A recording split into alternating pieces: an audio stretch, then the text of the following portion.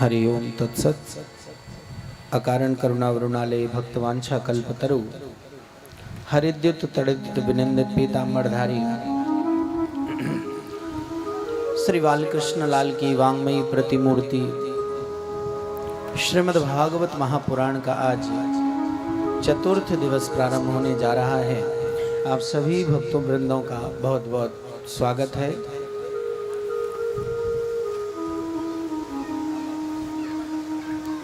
प्रिय भक्तों, भगवान सुखदेव राजा परीक्षित को मात्र 7 दिन में मुक्ति प्रदान करने हेतु इस दिव्य श्रीमद् भागवत कथा को श्रवण करा रहे हैं मां गंगा के परम पावन तट पर। कल सायंकालीन बेला के अंतर्गत कथा में आप सभी भक्तों ने बाबा सुखदेव के माध्यम से सुना महादेव के विवाह का प्रसंग।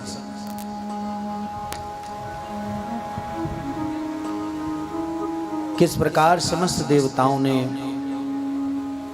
बाबा भोलेनाथ को मनाकर मां पार्वती के साथ में विवाह संपन्न कराया। कल की कथा आपने श्रवण की।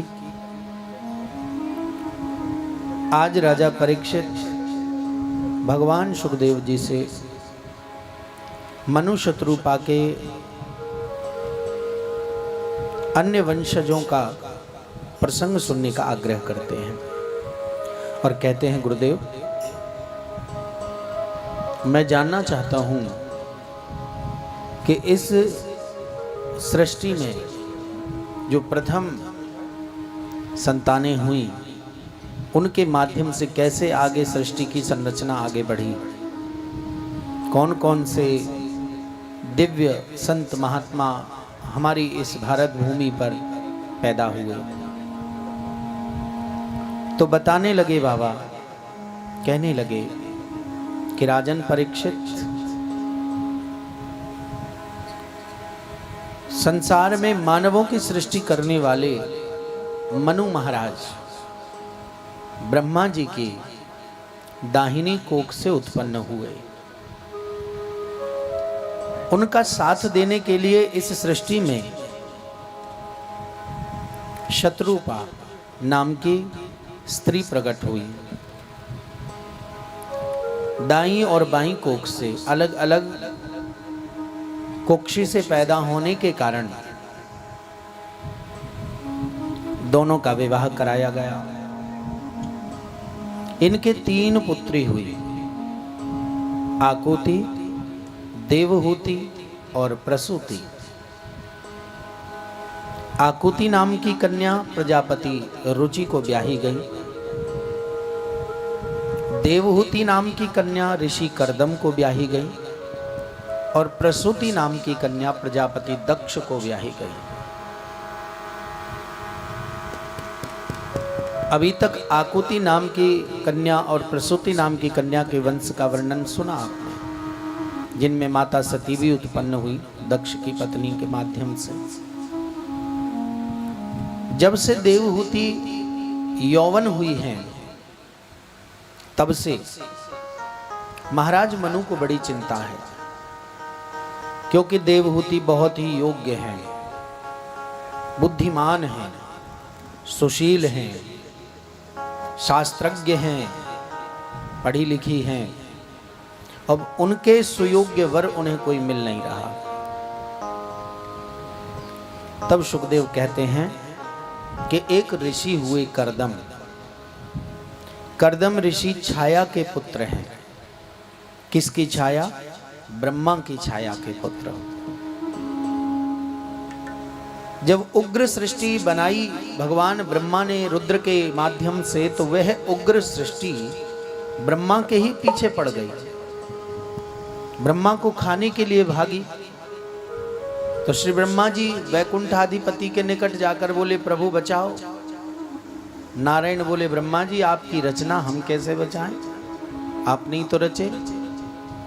कहा, नहीं प्रभु, मुझे नहीं पता था कि ये मेरी ही संतान मेरे साथ ऐसा करेगी। अब मुझे कोई उपाय बताएं आप। तब नारायण ने कहा, ब्रह्मा इस शरीर को तुम छोड़ दो, तुम्हारी छाया स्वरूप जो शरीर होगा उससे भी एक दिव्य महात्मा प्रकट होंगे। तो वही ब्रह्मा जी की छाया जिनसे ऋषि कर्दम का प्राकट्य हुआ, और ऋषि कर्दम को आदेश दिया ब्रह्मा ने कि जाओ तुम सृष्टि की संरचना करो, जाओ तुम वंश बढ़ाओ, विवाह करो। ऋषि कर्दम विवाह के लिए सुयोग्य पत्नी प्राप्त करने हेतु वन में तपस्या करने लग गए। इधर मनु महाराज अपनी कन्या के लिए वर को खोज रहे हैं और उधर कर्दम ऋषि विवाह के लिए एक सुयोग्य पत्नी के लिए तप कर रहे हैं। घोर तप किया ऋषि कर्दम ने। तपस्या करने के पश्चात भगवान नारायण का उन्हें शब्द रूप में दर्शन हुआ। शब्द रूप में दर्शन माने केवल शब्द सुनाई दिए उनको भगवान के, और वह शब्द ब्रह्म उनसे कहते हैं कर्दम जी से कि कर्दम, तुम जिस इच्छा को लेकर तपस्या कर रहे हो मैंने सब व्यवस्था कर रखी है पहले से ही, तुम चिंता ना करो, तुम्हारे मन की मैं सभी बातों को जानता हूं।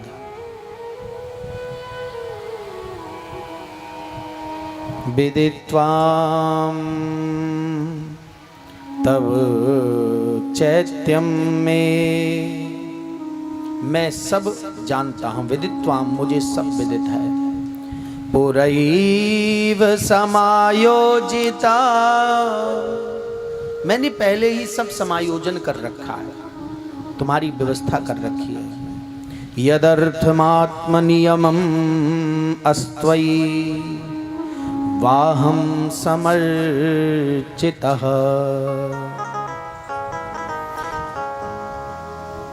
महाराज कर्दम, मेरे प्रति किया हुआ कोई भी कर्म निष्फल नहीं होता।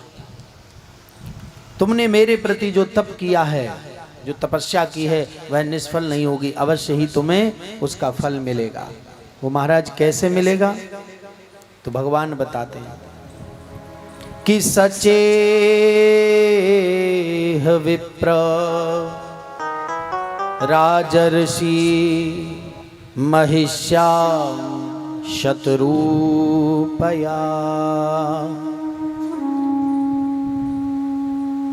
महारानी शत्रुपा की पुत्री हैं देवहूति ऋषि कर्दम।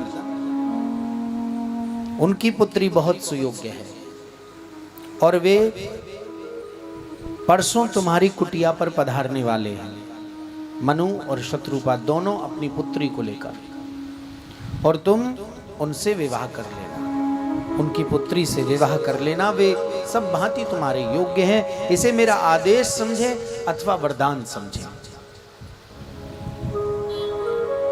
ऋषि कर्दम जी ने कहा कि प्रभु, आपने तो मेरे मन की इच्छा समझ ही ली थी, परंतु मेरी एक इच्छा और थी जो शायद आप जान नहीं पाए, और वह मेरी इच्छा यह थी कि यदि मैं गृहस्थ धर्म अपनाऊं, यदि मैं विवाह करूं, तो मेरे पुत्र के रूप में आपको आना पड़ेगा, आप दर्शन देंगे। प्रभु सबके मन की जानने वाले दयालु तथास्तु कह दिया, कर्दम जैसा तुम चाहोगे वैसा ही होगा। तो उस दिन शांत मन से तीसरे दिन ऋषि कर्दम अपने सुंदर सी कुटिया में बैठे हुए थे। उपायादाश्रमं पदम मुने शांत व्रतस्य तै। वो मुनि शांत मन से बैठे हुए कि तभी एकाएक उन्होंने देखा कि सरस्वती के जल से भरा हुआ बिंदु सरोवर सुंदर सुगंधी प्रदान करने लगा है। बिंदु सरोवर नाम का स्थान था कर्दम ऋषि का, जहां पर आश्रम था। वहां कन्या के साथ में महाराज मनु और शत्रुपा पधारे और उन्होंने आग्रह किया कि हे कर्दम ऋषि, आप महान संत हैं, महान त्यागी हैं, मेरी पुत्री के योग्य आप ही एक ऐसे वर हैं जिनसे मैं विवाह कर सकता हूं अपनी पुत्री का। आप उचित समझें तो मेरी पुत्री को स्वीकार करें। मनु महाराज ने जब ऐसा आग्रह किया तो कर्दम ऋषि ने कहा कि हे प्रभु, आप मुझे क्यों शर्मिंदा कर रहे हैं। नूनम चक्रमणम देवं सतां संरक्षणायते। हम तो आपके संरक्षण में जीने वाले लोग हैं, मनु महाराज से कहा। क्यों? क्योंकि मनु नारायण के अवतार हैं। सबसे पहले जो पुरुष हुए थे ना मनु, ब्रह्मा की दाहिनी कोख से, वे नारायण के अवतार थे। तो कर्दम कहते हैं हम तो आपकी छत्र छाया में जी रहे हैं प्रभु, आप हमसे आग्रह ना करें, आप तो आदेश करें। और आपकी पुत्री सर्वलक्षणा है, मैं भला कैसे आपकी बात का उल्लंघन कर सकता हूं। आप जैसा चाहें वैसा करें। तो मनु शत्रुपा महाराज कर्दम ऋषि के सुंदर विनय से प्रसन्न हो गए और सुंदर रीति के द्वारा देवहूति का विवाह कर्दम ऋषि के साथ में किया गया है। गुणों में सर्वज्ञ है, सर्वश्रेष्ठ है। सर्वांग सुंदर देवहूति को प्राप्त कर ऋषि कर्दम भी प्रसन्न हुए। ऋषि कर्दम साधना में लगे रहने वाले, तपस्या में लगे रहने वाले, विवाह के बाद भी वे ऐसा ही करते। उनके 24 घंटे में से 20 घंटे तो केवल पूजा पाठ, हवन, ध्यान, साधना, समाधि इत्यादि में ही लग जाते थे। परंतु कुशल साध्वी देवहूति कर्दम जी को प्रतिदिन प्रेम पूर्वक उनकी सेवा करती थी।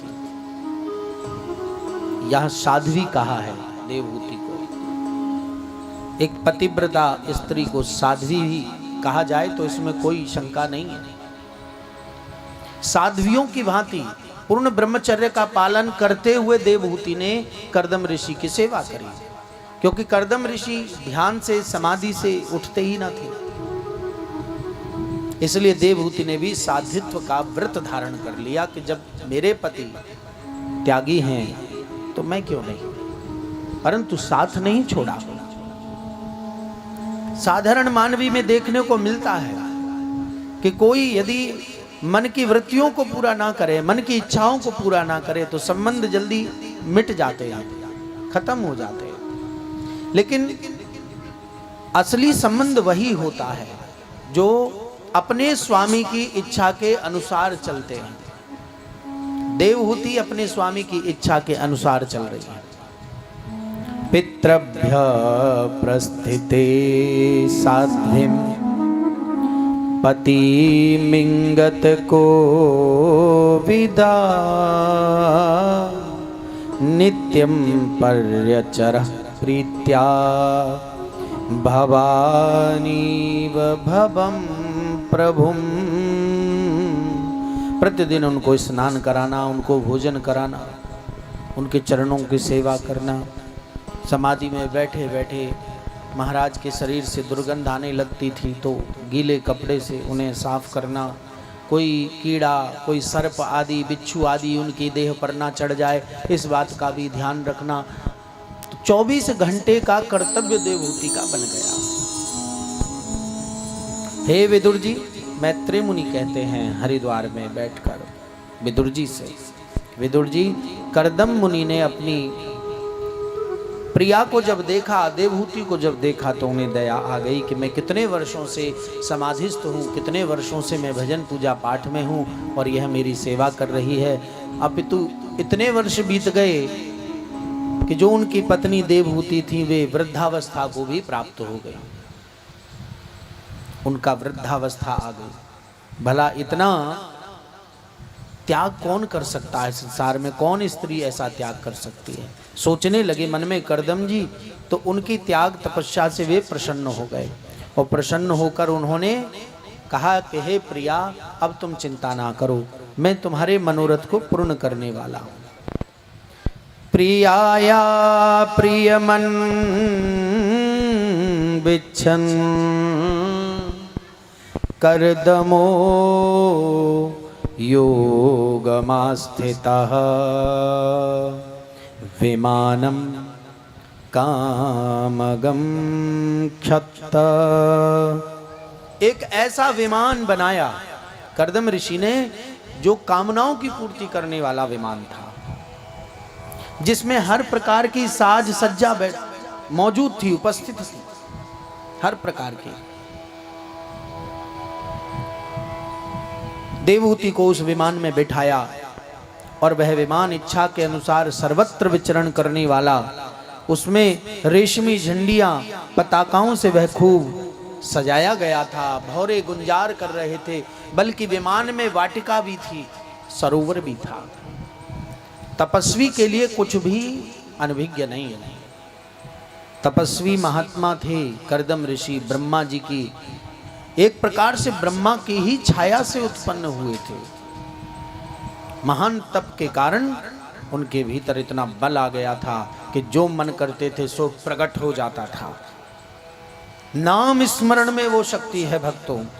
कर्दम जी ने जो नाम स्मरण किया उसके फलस्वरूप उन्हें ऐसा सामर्थ्य मिला। उस विमान में जहां तहां हंस उड़ रहे हैं, कबूतर उड़ रहे हैं, सजीव होकर उस विमान में सुविधा के अनुसार क्रीड़ा स्थली भी है, शयन स्थली भी है, बैठक है, आंगन है, गलीचा है, गलियारा है। ऐसा विमान बनाया कर्दम जी ने कि देवता भी चकित रह गए कि इतनी सुंदर रचना कर्दम ऋषि ने कर दी। और अपनी कमल लोचना देवहूति को बुलाया।